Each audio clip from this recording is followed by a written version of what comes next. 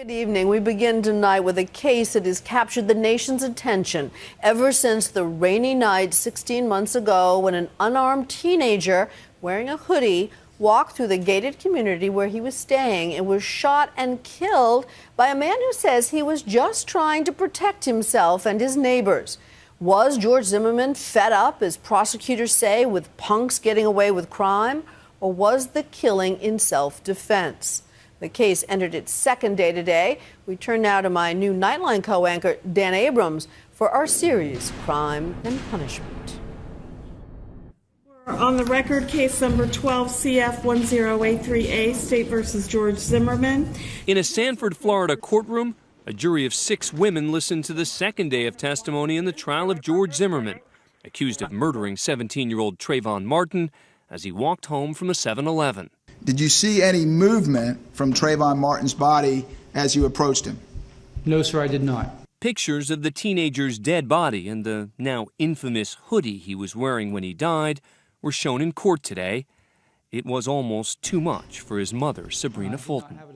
Zimmerman, who sat stoically throughout the proceedings, has been living in hiding and gained over 100 pounds. The 29-year-old became a divisive symbol of racial tension in America. Solidarity! It all started 16 months ago when Martin was walking in a gated community where his father was staying, having just purchased a fruit drink and some Skittles, also on display in court today. It was there that he caught the attention of self-appointed neighborhood watch captain George Zimmerman, who called police. This guy looks like he's up to no good or he's on drugs or something. It's raining and he's just walking around looking about. One of the most important questions in the case is what happened after the operator said this. Are you following him? Yeah. Okay, we don't need you to do that. Did Zimmerman continue to follow him, even stalk him, as prosecutors contend? Or was he simply trying to find his bearings, to give the police an address as Zimmerman claims? Because I didn't see a street sign here, but I knew if I went straight through that that's Retreat View Circle. What isn't in dispute is that there was a confrontation and multiple neighbors called 911. They're wrestling right in the back of my porch. 14 calls in 40 seconds. Someone's yelling 2 doors down from me, screaming, hollering, help, help, help. Then one gunshot. I just heard a shot right behind my house. Oh my God, someone to be shot. That killed Trayvon Martin. Yes, the person is dead, laying on the grass. All along, Zimmerman admitted to firing the fatal shot, but claimed he had no choice and that he feared for his life. But was it self-defense, or did he attack Trayvon Martin with the intent to kill him? Good morning, please be seated. In opening statements yesterday, the prosecution wasted no time trying to answer that question. Good morning. Punks. These they always get away. Repeating expletives over and over that Zimmerman used when he called a non-emergency dispatch line, the prosecutor painted a picture of an aggressive George Zimmerman who profiled a hooded teen in his neighborhood. The truth about the murder of Trayvon Martin is going to come directly from his mouth. From those hate-filled words that he used to describe a perfect stranger. Jurors and spectators riveted to the prosecution's depiction of what happened that night. You will know in your head, in your heart, in your stomach, that George Zimmerman did not shoot Trayvon Martin because he had to. He shot him for the worst of all reasons, because he wanted to.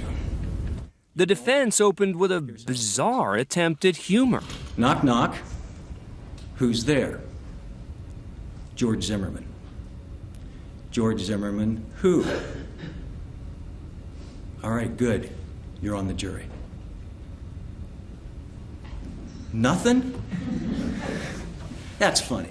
After apologizing for the failed joke, defense attorney Don West spent nearly 3 hours meticulously detailing the timeline. George Zimmerman saw Trayvon Martin over in this area as he was coming around here to go out to Target. An effort to show that Zimmerman did not, could not, have continued to trail and then confront Martin, as prosecutors allege. Mr. Zimmerman is sitting here on the phone with the police. So now we have two completely contradictory stories. One in which Trayvon Martin was hunted, presumably because he was black, and he was profiled by Zimmerman.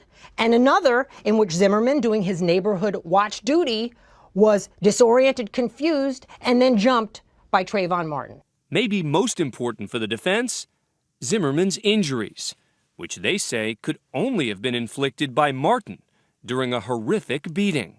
There's this sense out there that this is a case about a guy who chased down Trayvon Martin. And yet the defense is saying that didn't happen. The defense is saying, in fact, that Zimmerman himself was the victim.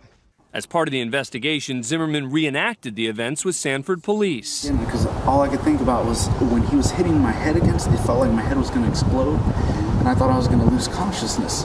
The night in question, Zimmerman was taken into custody and answered questions for 5 hours. Police let him go, saying there was no evidence to contradict his self-defense claim. Photographs from that night show his nose broken and scalp cut and bleeding.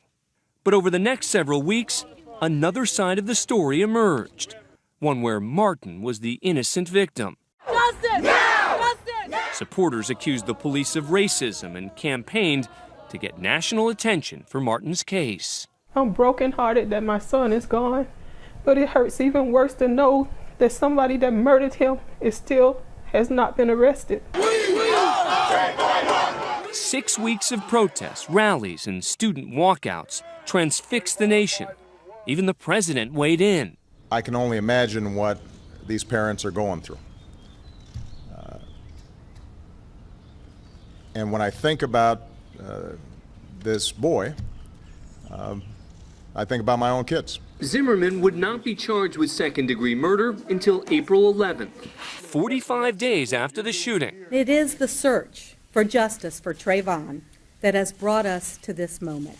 But this remains a tricky case for prosecutors. It's pretty clear from the moment the police arrived, Zimmerman says, "I was attacked."